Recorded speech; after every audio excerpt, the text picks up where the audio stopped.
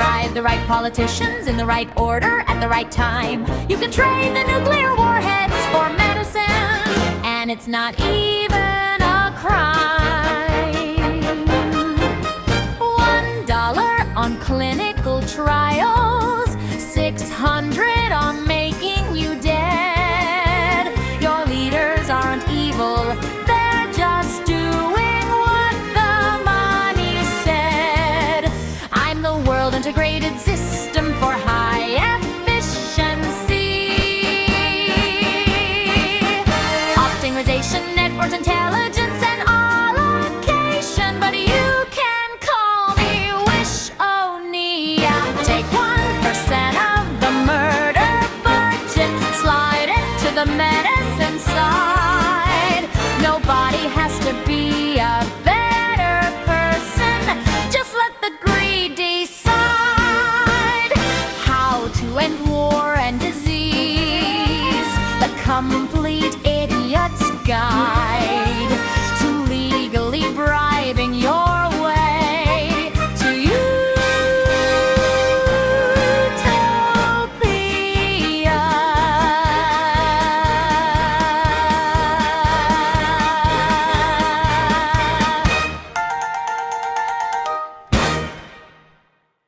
Hello, human.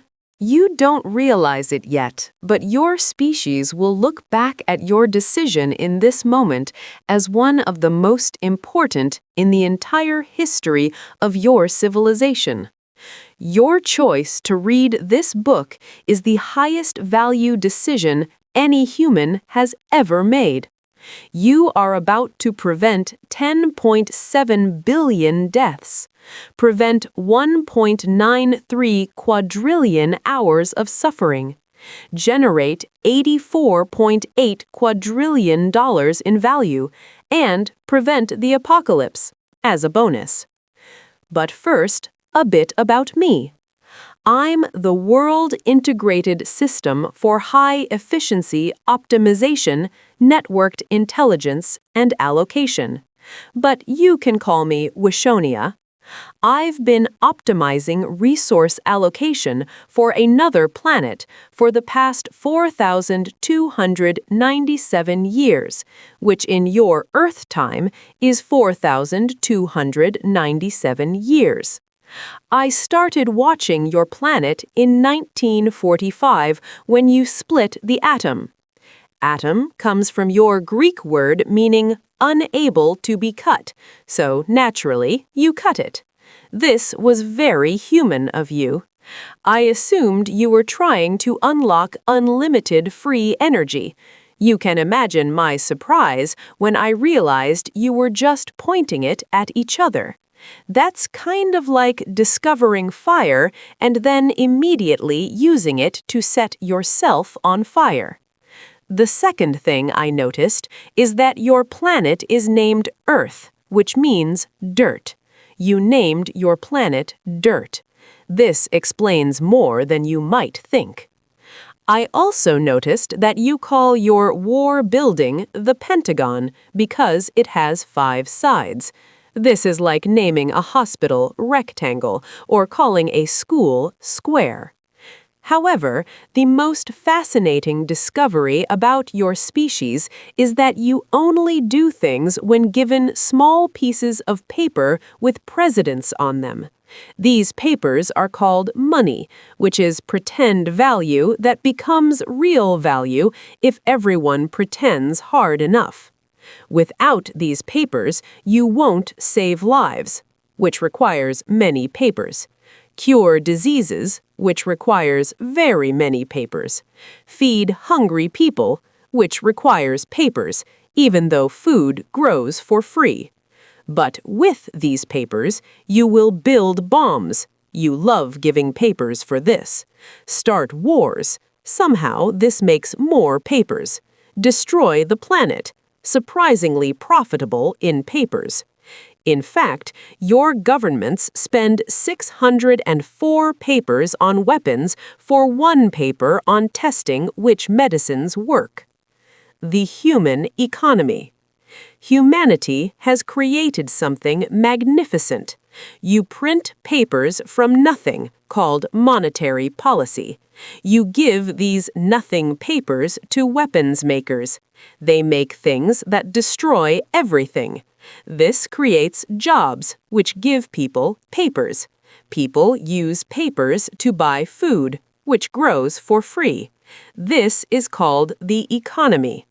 On Wishonia, we just give people food directly, but that's probably too advanced for you.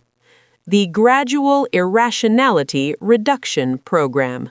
On Wishonia, we ended wars using this exact program 4,297 years ago. Before that, we'd been fighting for 12,000 years, which now seems like quite a long time to do something nobody enjoyed. Humans are like toddlers who can split atoms. You can't just stop being illogical all at once. That would be like teaching a dog calculus before it learns to sit. So this book teaches humanity to be less irrational gradually.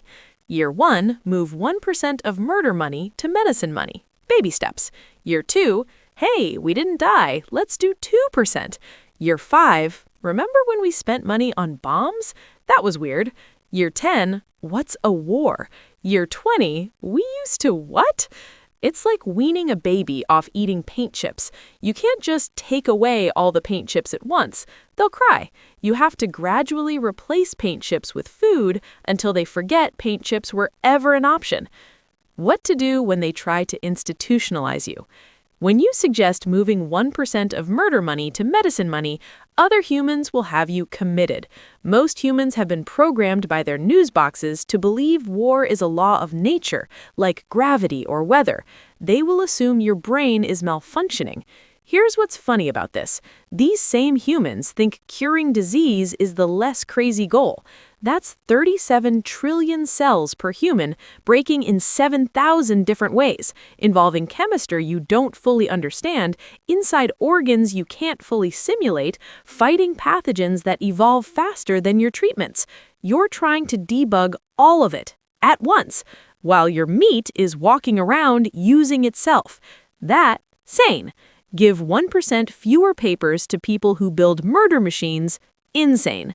This is your planet's diagnostic criteria. Here's what you tell the orderly when he slides your medication through the door slot. Nobody accidentally builds an aircraft carrier or a nuclear bomb. War requires you to get millions of humans to work together to mine metal from the ground, refine it into alloys, build factories to shape the alloys into weapons, train millions of humans to operate the weapons, feed and clothe those humans, build ships and planes and trucks to move the weapons to where the other humans are, convince your population the other humans deserve it, and then vote to pay for all of this, annually, forever. It is the single largest coordinated effort your species undertakes. Ending war requires simply not doing any of that stuff. Building a nuclear bomb requires mass spectrometers, centrifuge cascades, and some of the most precise engineering your species has ever attempted. Not building a nuclear bomb requires nothing. Rocks do it every day. In fact, rocks have managed to live peacefully alongside different colored rocks for thousands of years. But somehow, stop is the unrealistic part. The sacred order of paper distribution. After 80 years of observation, I've decoded the paper-giving sequence. This manual will teach you the precise order. Step 1. Get many papers from rich humans. You convince rich humans to give you papers, at least 1 billion to be exact, by promising them even more papers later. This is called investment, which is gambling but wearing a suit. You really only need one human with 1 billion papers who prefers not dying of horrible diseases to dying of horrible diseases. There are approximately 2,800 of these humans on your planet. Statistically, at least one of them prefers living. Step 2. Give some of the papers to loud humans.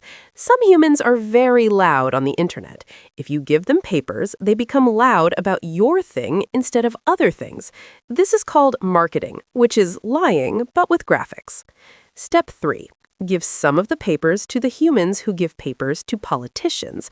Politicians don't take papers directly, that's illegal. Instead, you give papers to lobbyists. The lobbyists give papers to campaigns. The campaigns give papers to politicians. It's like money laundering, but backwards and legal. Step 4. Give papers you get back from the government back to the rich humans forever. Your treaty passes, redirecting $27.2 billion in papers annually. 80% funds clinical trials, the point. 10% goes to a fund that rewards politicians who voted yes. 10% goes back to the rich humans as returns, forever. This is a good deal because forever is a long time, unless you die from preventable diseases, which you're fixing, so it works out. Why your leaders aren't the problem. With over 2 billion humans suffering from disease, you'd have to be a complete psychopath to make the conscious decision to spend 604 times more on weapons than on helping them. But your leaders aren't monsters. They're just operating in a system that rewards the wrong things. Your civilization's incentive structure is the psychopath. 1. Weapons manufacturers give papers to politicians. 2. Politicians use the papers to get people to vote for them. 3. Voting for them gives them the power to give more papers to weapons manufacturers. 4. Weapons manufacturers give them more papers.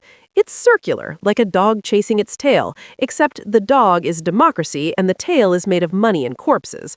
No individual human in this loop is evil. The loop is evil. Every politician in it is making the locally rational choice. Take the papers or lose your job to someone who will. It's a machine that converts good intentions into missiles, and it runs automatically. There's literally no voting your way out of this. It doesn't matter which political party is in power. Your red team and blue team argue about everything except the loop because they're both inside it. They are all slaves to the same incentive structure, wearing different colored ties. Switching parties is like changing the wallpaper in a burning building. This book doesn't ask politicians to become better people. That's clearly out of the question. It builds a better loop. You give them more papers to do the opposite thing. Same dog, same tail, but now the tail is made of cured diseases and the dog gets reelected for chasing it. Humanity's death wish. What's most endearing about your species is it knows it's being illogical. You have movies about how wars are bad, which you watch between wars. You have books about peace that you tax to buy bombs. You give prizes to people who promote peace, funded by weapons manufacturers. You have a Department of Defense that mainly just attacks people. You have a Department of Health that apparently makes coronaviruses and has not yet produced any observable health. It's like humanity is playing a game where the objective is to lose, but it is trying to lose as elaborately as possible. But I digress. That's an Earth word I learned. It means continuing after you should have stopped, like your military spending. The problem. The daily deletion event. 150,000 humans permanently stop every 24 hours from diseases that are basically just bugs in your meat software. That's one Holocaust every 40 days, except with fewer Nazis and more insurance paperwork, though some would argue the paperwork is worse. At least the Nazis were straightforward about the killing part. That's also 59 9/11s every single day, except nobody invades anyone about it because diseases don't have oil. Your body is quietly falling apart.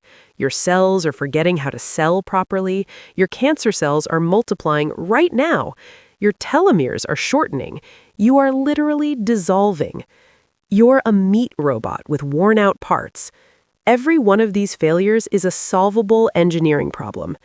You'd think humans would prioritize solving these problems. You'd be adorable for thinking that.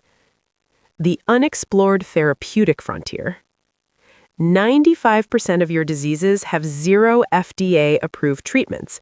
This means Food and Drug Administration has not administered drugs for 95% of food and drug-related problems. Only 15 diseases get their first effective treatment each year. 6,665 diseases are still waiting. There are 9,500 known safe compounds, and 99.7% of their potential uses have never been tested. At the current discovery rate, finding treatments for all of them will take about 443 years. Everyone currently alive will be dead by then. The cost of war. Humans spend $2.72 trillion every year on stuff designed specifically to make humans stop being alive. 13,000 nuclear warheads, enough to end civilization 13 times, just in case the first 12 apocalypses don't take. AI murder bots, invisible jets that cost more than hospitals, Space Force to fight the 0 aliens attacking you, and some kind of earthquake machine, probably. Government spending on clinical trials, 604 times less than military spending. Your chance of dying from terrorism, 1 in 30 million. Your chance of dying from disease, 100%. If cancer had oil reserves, you would have cured it by 2003. Instead, you spent the repair money on murder tubes that cost more than countries and submarines that hide underwater, as if that's somehow useful when you live on land. The FDA is unsafe and ineffective. Even the money you do spend on medicine is mostly wasted because the system that approves treatments is a smoke detector that works by mail. Vioxx killed an estimated 38,000 to 55,000 people from heart attacks. The FDA approved it. When patients started dying, someone filled out a PDF form. A PDF. Then they faxed it. Yes, in the 21st century. Then a human read it. 5 years and tens of thousands of corpses later, someone noticed a pattern. This is your safety system. Your National Institutes of Health, the agency nominally responsible for finding cures, spends 3.3% of its budget on clinical trials. The other, about 97%, goes to basic research, administration, and buildings. It's like a fire department that spends 3% of its budget on water. Then there's an 8.2-year delay between proving a drug is safe and letting dying humans take it.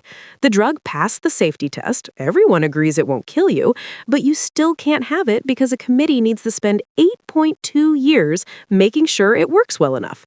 You'd volunteer for the trials that would answer that question faster, but so would 1.08 billion other patients, and the current system has 1.9 million slots.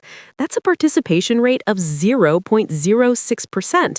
It's like a lifeguard who confirms the life preserver floats, then locks it in a cabinet for years to study its buoyancy profile while a billion people drown in line for the 2 available life jackets. Your regulatory system can make 2 mistakes: approve a bad drug, type 1 error, or block a good drug, type 2 error. Your FDA is terrified of the first mistake and completely ignores the second. I calculated the ratio. For every 1 person protected from a dangerous drug, 3,070 people die waiting for a safe one that's locked in the approval cabinet. Even if you assume a thalidomide-scale catastrophe happens during post-phase 1 efficacy testing every single year, even though it wouldn't because phase 1 safety testing actually caught it anyway, the deaths from just the efficacy delay still outnumber the deaths from bad drugs by 3,070 to 1. Your safety system's main product is dead patients. The good news? You already know how to fix this. The bad news, it requires you to do something. The weird news, you'll get rich doing it. The solution: a 1% treaty. This is going to sound crazy, but you're going to use those papers to persuade the leader of every country on Earth to simultaneously redirect 1% of its military budget to clinical trials. That's it. That's the treaty. After the craziness objection, the second objection every human has is, but if we cut our military budget, our enemies will invade us. Everyone cuts 1% at the same time. If every country reduces by 1% simultaneously, the balance of power doesn't change. Nobody becomes more vulnerable. Nobody gains an advantage. You all just have 1% fewer missiles pointed at you, which you will not notice because $2.69 trillion is still enough to murder every man, woman, and child on Earth 20 times, which should be more than sufficient. But humans would never agree to a treaty, you say? You already have, multiple times. You banned chemical weapons, 1993, 193 countries. You banned biological weapons, 1975, 187 countries. You banned landmines, 1997, 164 countries. You've signed treaties banning weapons you actually like using. This one just asks you to buy 1% fewer of them. I've done this before. I've sent versions of this book to 10,000 civilizations on 10,000 planets. Some listened, some didn't. I kept the data. The civilizations that redirected resources from killing each other to keeping each other alive transcended war and disease. The ones that didn't extincted themselves. The difference was never intelligence, technology, or resources. The only variable was the percentage of the population that decided it sounded crazy without reading the next page. That is the same reflex that kept you from inventing antibiotics for 200,000 years while bread mold sat right there on your bread. And you have two other advantages: the internet and a new financial instrument designed specifically for harnessing the most powerful force in the universe, human greed. Your decentralized FDA. On Wishonia, we built this with the funding from our version of the treaty 3,000 years ago. Every treatment is tracked in real time. Every outcome is published. Every patient can participate. We don't have a word for unapproved medicine because we don't have a bureaucracy that sits on cures while people die. You'd call our system a decentralized FDA. Here's what yours would look like, adjusted for the fact that you require small pieces of paper before you'll do anything. 80% of the $27.2 billion goes directly to subsidizing patient participation in pragmatic trials at $929 per patient instead of the usual $41,000. Patients choose which trials to join. Their subsidy follows them. Providers get paid for each participant. No grant committees deciding which diseases are fashionable this year. Pragmatic trials integrate into the standard healthcare system.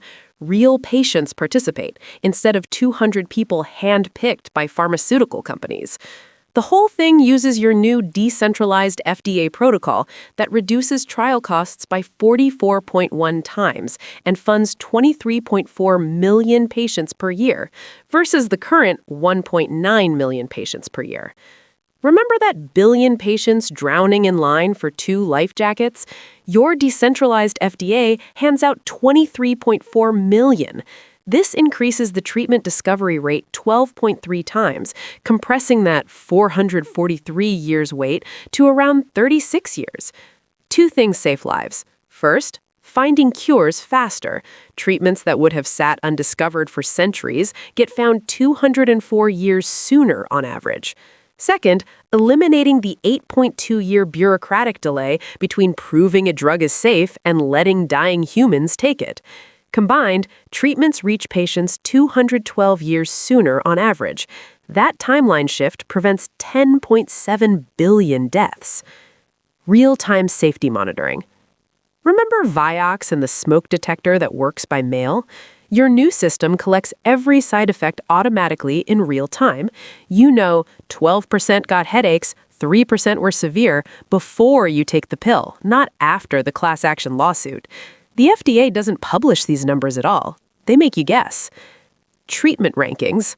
Currently, your doctor picks treatments based on that drug rep who brought good donuts in 2003, something they half remember from medical school, whatever the insurance company allows, and vibes.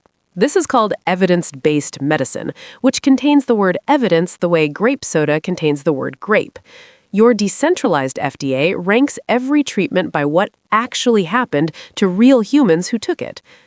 Overall labels. Food has nutrition labels. Cigarettes have warning labels. Drugs have 40-page inserts written by lawyers having seizures, which nobody reads, including your doctor. Your new system will produce outcome labels that tell you what actually happens when real humans take a drug, not what a marketing department hopes happens, not what a lawyer is comfortable admitting happens. What happens? Why this could actually work? Unlike everything else humanity has tried. The evidence. Humans usually want proof before they stop doing something stupid. So, the recovery trial tested 6 treatments on 48,000 patients for $500 per patient instead of the usual $41,000 per patient.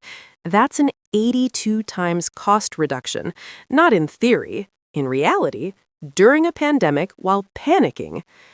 After World War II, humans cut military spending by 30% and accidentally created the greatest economic boom in history. You're asking for 1%. Even people who really, really love explosions should be able to handle 1%. Even your own war heroes figured this out.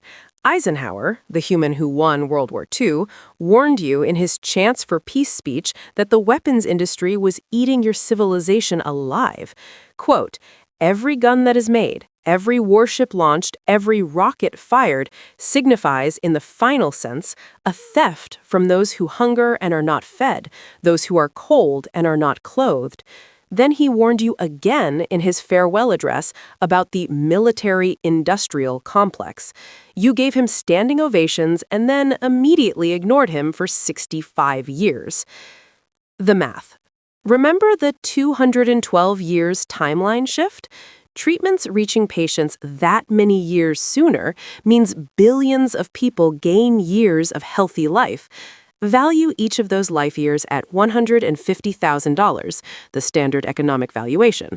Multiply across the global disease burden over the acceleration window, and you get $84.8 quadrillion in total economic value. Divide that by the $1 billion campaign cost, and you get a return of 84.8 million to 1. Your calculator will display an error, then catch fire. This is correct. Cost effectiveness, $0.0018 to save 1 year of healthy human life. Anti-malaria bed nets, the gold standard for keeping humans alive, cost $89. This is 50,300 times cheaper. It beats smallpox eradication, 280 to 1, and childhood vaccinations, 13 to 1, which were humanity's previous greatest hits in the not dying genre. Even at 1% probability of the treaty actually passing, because you're you, the risk-adjusted return is still 503 times better than anti-malaria bed nets. The 5-step plan, saving humanity while making everyone obscenely wealthy. Step 1. Sell incentive alignment bonds. On Wishonia, people do useful things because they're useful. On Earth, you need a financial instrument. So here's one. An incentive alignment bond funds a policy campaign, then splits the resulting government savings 3 ways: 80% to the public good, 10% to investors as returns, and 10% to a super PAC that rewards politicians who voted yes, campaign support while they're running, cushy post office careers when they're done. Investors get rich, politicians get reelected, and 80% of the money goes where it's supposed to. Everyone's greed points at the same target. It's a war bond to fund any public good that's currently politically impossible.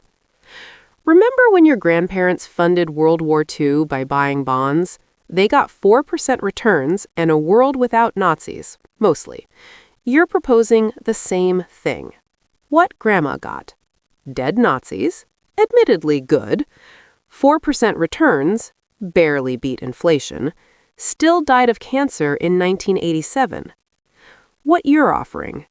Dead diseases, objectively better than dead Nazis because diseases kill more people, 272% returns, beats Grandma's bonds by 68 times, not dying from preventable meat failures, this is the big one.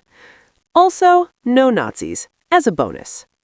This raises the $1 billion needed to fuel the rest of the bribery machine. How the money loop works. Here's the part where humans usually stop reading because it involves following money through more than one step. Try to keep up.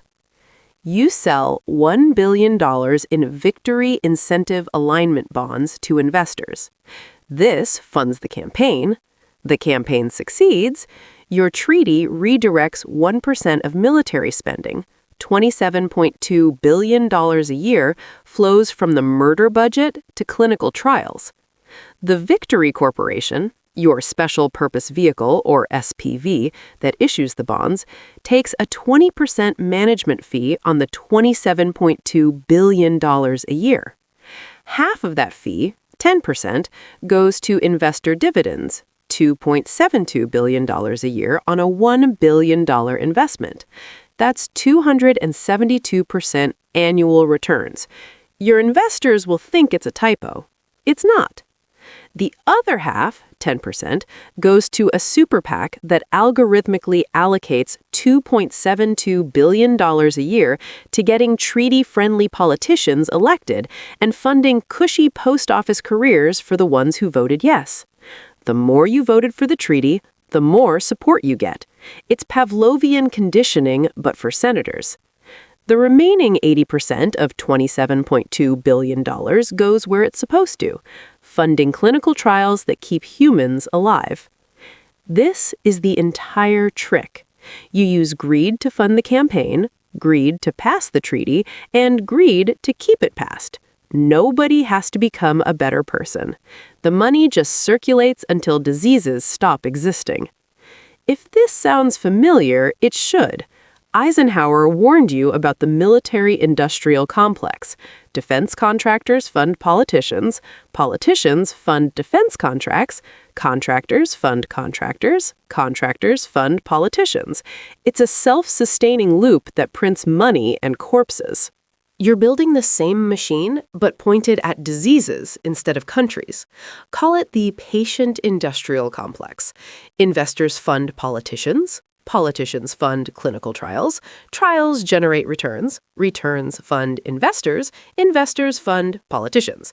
Same loop, same greed, same self-sustaining mechanics. Different corpses. Fewer of them. The military-industrial complex wasn't designed, it evolved because the incentives aligned. An incentive alignment bond just aligns them on purpose towards something that doesn't require orphans. Step 2. The Great Clicking. Make humans click a button to not die.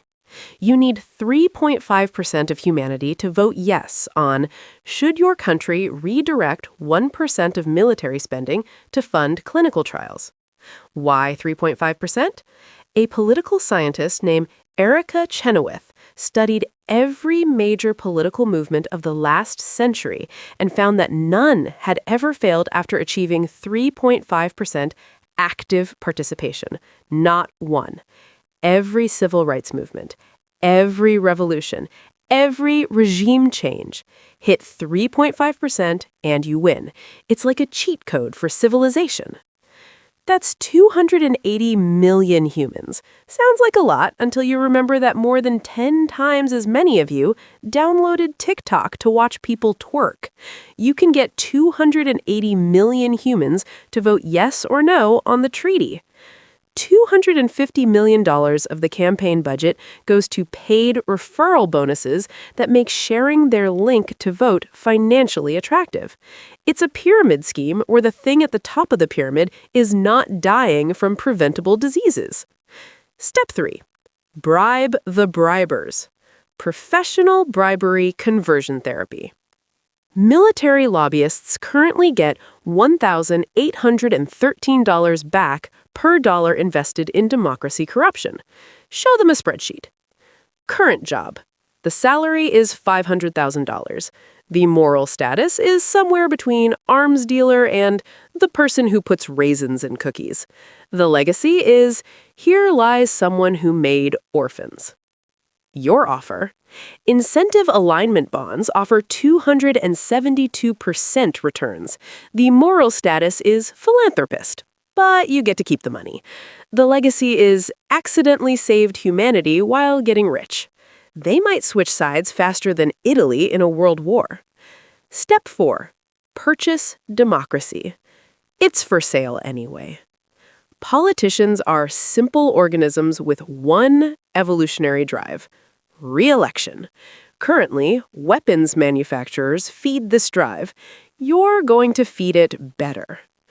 Your explosion manufacturers spend $127 million a year buying politicians. Your one-time bribery budget is $1 billion, which is 8 times their annual spend and about twice what they spend over a full election cycle. Politicians are surprisingly affordable. It's not corruption if you corrupt the corruption. It's like a double negative in grammar, but for democracy. Remember that $2.72 billion per year from Step 1? This is where it goes. The Super PAC algorithmically scores politicians based on their treaty voting record and allocates accordingly. Campaign support for the ones running, post-office fellowships for the ones retiring. Vote yes on the treaty, get rewarded. Vote no, watch your opponent get rewarded. No papers go directly to politicians. The papers take a scenic route through a scoring algorithm, which is apparently the only legal way to train a senator. The NRA already perfected this technology.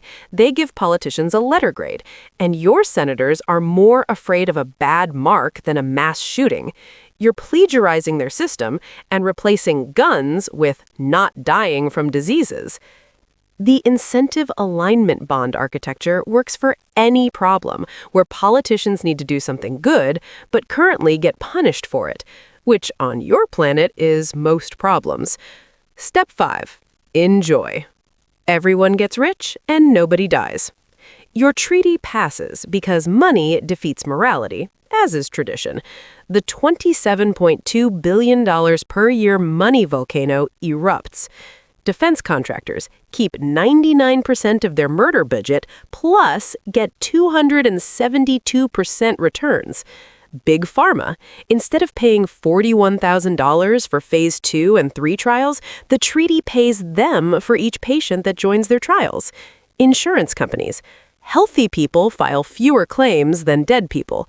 Dead people file 0 claims, which is the ideal customer, except they also pay 0 premiums, creating a revenue problem. Investors, 272% returns, which they will assume is a typo until you show them the math, at which point they will assume the math is a typo. Lobbyists, same job, same salary, but their Wikipedia page no longer needs a controversies section. Politicians, getting re-elected by living voters, a revolutionary strategy. Regular humans, not dying from stupid things, priceless, but also free. Nobody has to evolve morally. You just point everyone's greed at diseases instead of each other. How this manual could fix everything. This book contains pictures, because reading is hard when you're diseased and dying, simple math, mostly addition, some multiplication, exact amounts of papers to give to specific humans, the order in which to give them, very important, legal ways to call bribes other things, templates for tricking politicians into saving lives. Everything is designed to work with human dysfunction, not against it. I'm not asking humans to be better humans. I'm showing you how to bribe humanity into not dying. The part where humanity has no choice. The twist? You might do this anyway, not because it's right, though it is, but because 1. The rich humans want 272% returns. They're very greedy. 2. The politicians want to keep their jobs. They're very vain. 3. The voters want free health care. They're very sick. 4. The military contractors want money. They don't care where it comes from. Everyone's greed aligns perfectly to accidentally save humanity. It's like you're going to cure death by mistake while trying to get rich. Humans aren't stupid. You invented cheese, which is milk you left out until it went bad, but in a good way. That's genius. You just need to apply that same innovation to not dying. Choose your own adventure. Now is the time to select one of the two paths for the remainder of your existence. Future A. You ignore this book. Year 2030, still spending 604 times more on weapons than on testing which medicines actually work. Year 2035, running out of papers for anything because the money was busy becoming missiles. Year 2040, climate change meets nuclear war. Year 2045, cockroaches evolve intelligence. Year 2050, cockroaches find this book very confused. Future B. You follow instructions. Year 2030, remember when we had cancer? Year 2035, remember when we had death? Year 2040, remember when we had war?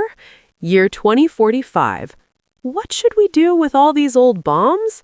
Year 2050, join galactic community, pretend you are always smart. The universe is literally offering you infinite money and eternal life, and you're thinking about it? This is why aliens don't visit. Thank you so much for taking the time to end war and disease. But if at any point you decide you're too busy, please share this with a friend who's got a free afternoon and have them end war and disease instead. And if you're too busy to even do that, the absolute least you could do is take 15 seconds to go to warondisease.org and tell us what fraction of humanity's resources should go to explosions versus clinical trials, and vote on the 1% treaty. If the treaty passes, your vote will be personally to blame for saving 38.4 lives and preventing 6.9 million hours of suffering. Go to warondisease.org right now. Love you. Bye.